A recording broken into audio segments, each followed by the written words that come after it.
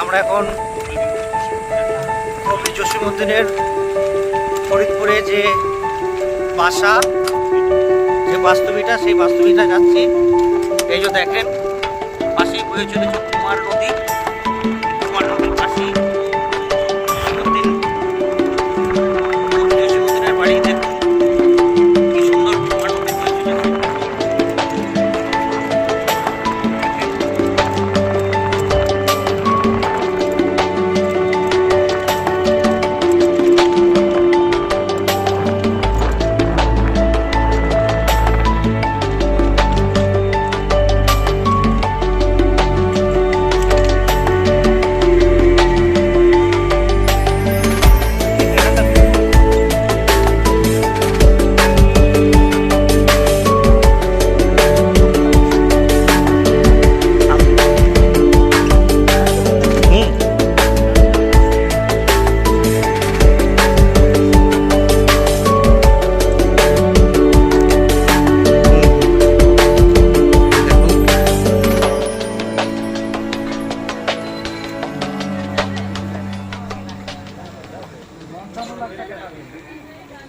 দেখুন কি সুন্দর কবি নজরুল ইসলামকে নিয়ে কবিতা লিখে ফেলেছিলেন জসীমউদ্দিন জাস্ট আধ ঘন্টার মধ্যে।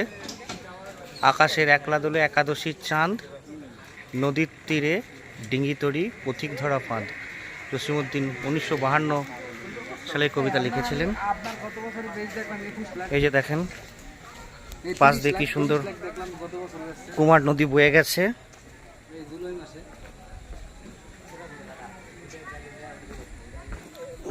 দেখেন কি সুন্দর মনোরম দৃশ্য।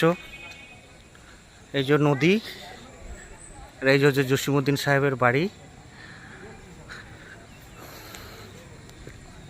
দেখুন কি সুন্দর নদীর পাড়ে বসে জসীমউদ্দিনের বাড়ির ঠিক উল্টো দিকেই সুন্দর বসার জায়গা। প্রচুর বাংলাদেশের মানুষ এবং বিভিন্ন দেশের মানুষ এসে বসে আছে। দেখেন নদী বয়ে চলেছে।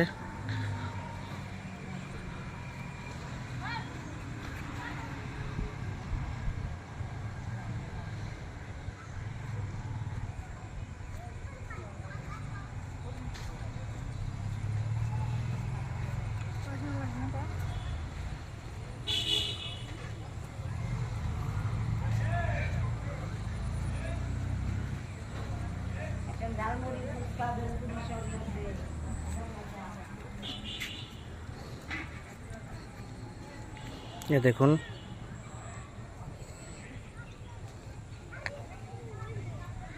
এটা হচ্ছে মধুমল্লা জসীমউদ্দিন ঘাটলা।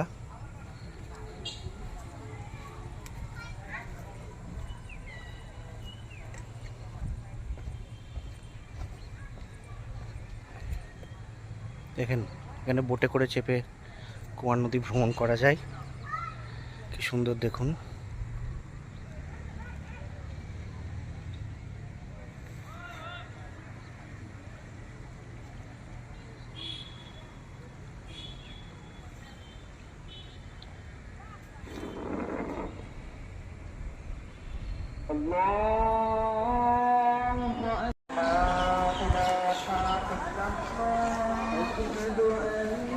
এই যে জসীমউদ্দিন সাহেবের বাস্তুভিটা। এই যে ঢুকছি আমরা জসীমউদ্দিন সাহেবের বাড়িতে।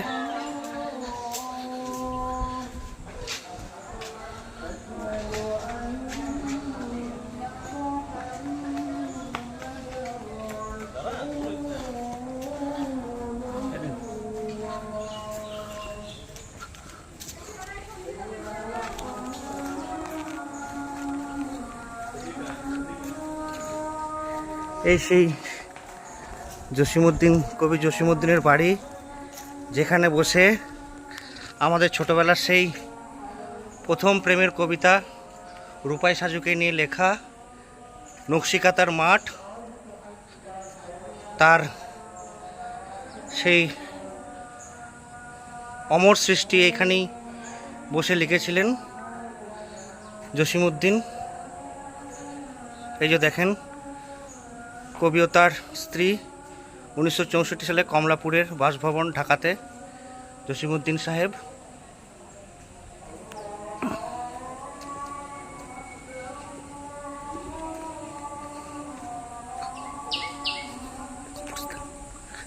এবার আমরা যেটা যাচ্ছি, জসিমউদ্দিন, কবি জসিমউদ্দিনের কবরস্থান। এই যে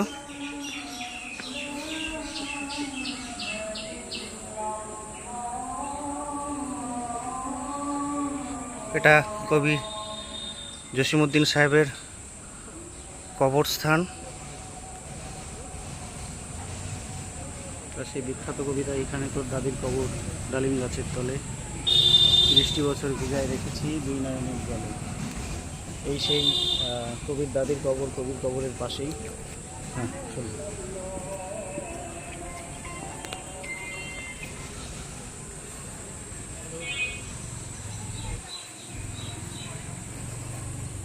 হ্যালো, হ্যাঁ কাকু বলুন। আমরা এই চলে এসেছি, ফরিদপুরে আছি। হ্যাঁ হ্যাঁ, না একটু পরের দিকে যাবো ওখানে। হ্যাঁ, আচ্ছা, হ্যাঁ হ্যাঁ, আচ্ছা, হ্যাঁ কাকু ঠিক আছে।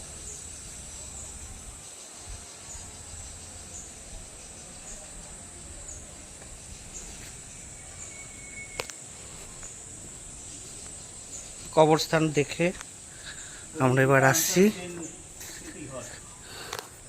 এটা হচ্ছে জসিমউদ্দিন, কবি জসিমউদ্দিনের পিতা আনসার উদ্দিন স্মৃতিঘর এবং ওনার সব ব্যবহৃত জিনিসপত্র। এই যে দেখেন, এগুলো সব জসিমউদ্দিন সাহেবের বাবার ব্যবহৃত সব জিনিসপত্র। নকশি কাঁথা, ওই যে নকশিকাঁথা দেখেন।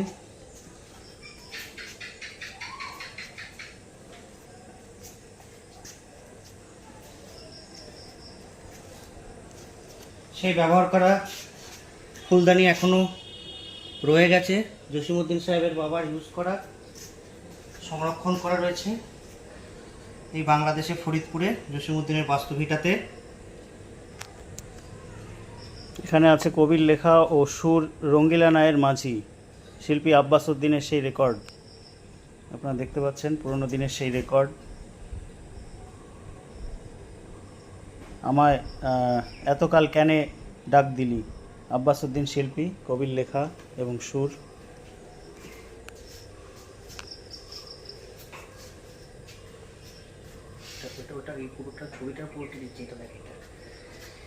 এই সেই কবির নিজের গ্রামাফোন, যে গ্রামাফোনে কবি নিজে গান শুনতেন। সে গ্রামাফোন দেখুন কি সুন্দরভাবে রাখা রয়েছে। হ্যাঁ, এই যে দেখুন, পশ্চিমবঙ্গে কবির কবিতা পাঠে 80 বছর ধরে এসব ব্যবহৃত জিনিস, পুরস্কার, বই, ডায়েরি। এটা দেখেন জসিমউদ্দিন সাহেবের নিজের চেক ভাষায় অনুবাদের চুক্তি, মানে উনি চেক ভাষাতে অনুবাদ করেছিলেন, ওনার কবিতা অনুবাদ হয়েছিল। এসব ব্যবহৃত জিনিস জসিমউদ্দিন সাহেবের।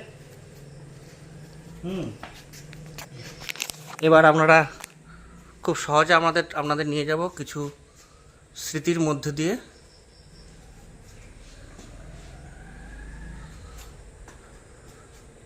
এখানে কবির পুরো ফ্যামিলি ডিটেইলটা আছে, এটা নিয়ে নিন। এটা কবির পুরো, জসিমউদ্দিন সাহেব কবির পুরো ডিটেলস দেওয়া আছে। বংশ পরিচয়। খুব শর্ট টাইমের মধ্যে আমাদের এই ভিডিওটা করতে হচ্ছে, এটা পারমিশন জেনারেলি দেয় না। আমরা অনেক রিকোয়েস্ট করে। শচীন কর্তার ছবি,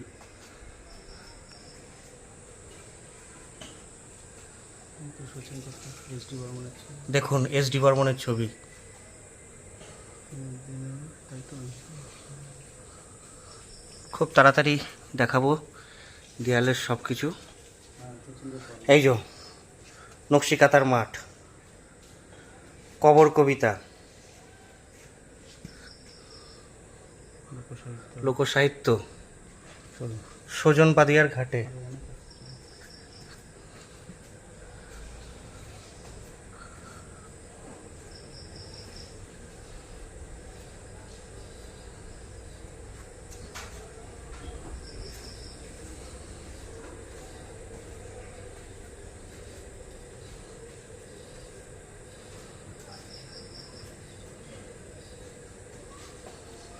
সব দেখতে দেখতে আমার গায়ে পুরো রীতিমতো কাটা দিচ্ছে। ফিরে গেছি সেই ছোটোবেলায় যখন আমরা পড়েছিলাম জসিমউদ্দিন, সেই সময়ে। কেন জানি না খুব সার্থক মনে হচ্ছে নিজেকে এখানে এসে।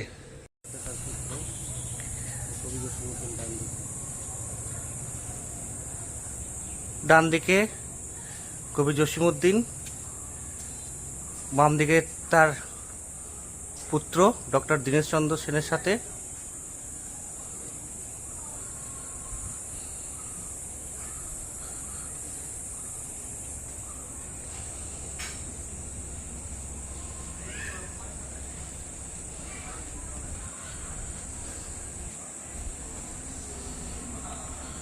সত্যি আজ মনে হচ্ছে সার্থক আমার জন্ম আমার এই বাংলাতে হয়েছে। আগে এটা ভারতবর্ষই ছিল।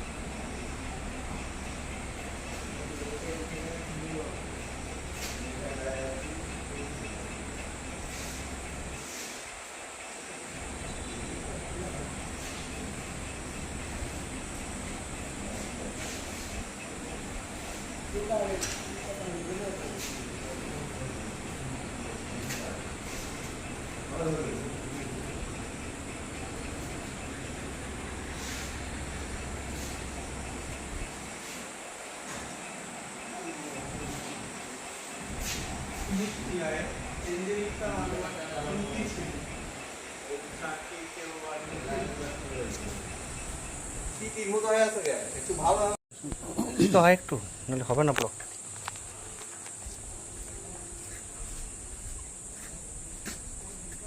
এই যে দেখেন কবি জসিমউদ্দিন ও তার পত্নীকে 1969 খ্রিস্টাব্দে জুলাই মাসের 22 তারিখ পশ্চিমবঙ্গ সরকার গণসম্বর্ধনা জ্ঞাপন করেন, কিন্তু বাংলাদেশে কবিকে এরকম স্বীকৃতি দেওয়া হয় নাই।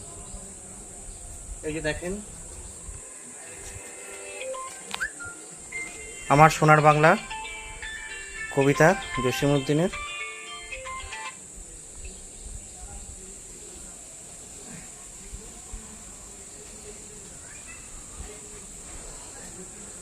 এটা হচ্ছে কবির ছেলে হাসু ও বাসুমণির স্মৃতিঘর।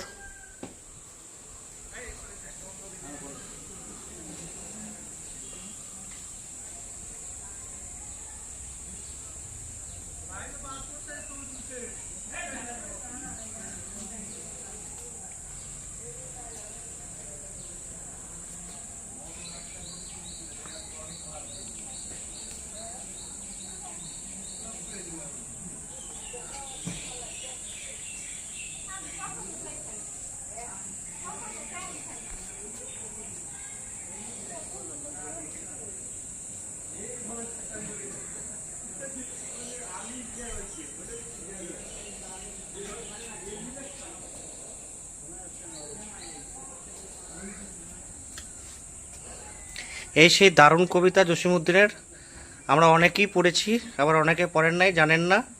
এই সেই কবিতা, সবার সুখে হাসবো আমি, কাঁদবো সবার দুঃখে, নিজের খাবার বিলিয়ে দেবো অনাহারীর মুখে, আমার বাড়ির ফুল বাগিচা ফুল সকলের হবে, আমার ঘরে মাটির প্রদীপ আলোক দিবে সবে, আমার বাড়ি বাজবে বাঁশি সবার বাড়ির সুর, আমার বাড়ি সবার বাড়ি রইবে নাকো দূর। এই কবিতাটা যারা ছোটবেলায় পড়েছেন মনে পড়বে আপনাদের এই কবিতাটা।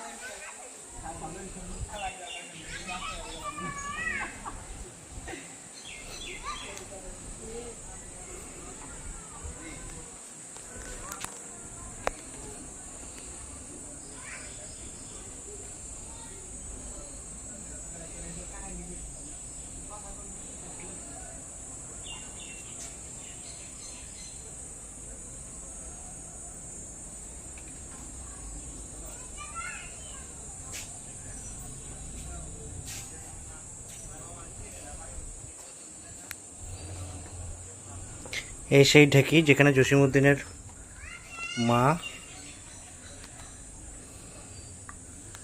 ঢেকি ছাটা চাল তৈরি করতেন।